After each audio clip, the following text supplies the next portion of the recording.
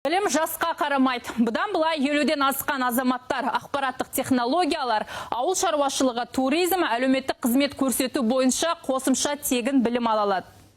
Ең маңыздысы, сертификат қолыңызға түскен соң жұмысқа орналасуға мүмкіндік бар. Бүгінде сіздер үшін Еңбек министрлігі 100-ден астам тегін онлайн курс ұсынуда. Платформаға кіріп, бізде каталог, курстардың каталогы бар. Соның ішінде бөлек батырмасы бар, күміс жас.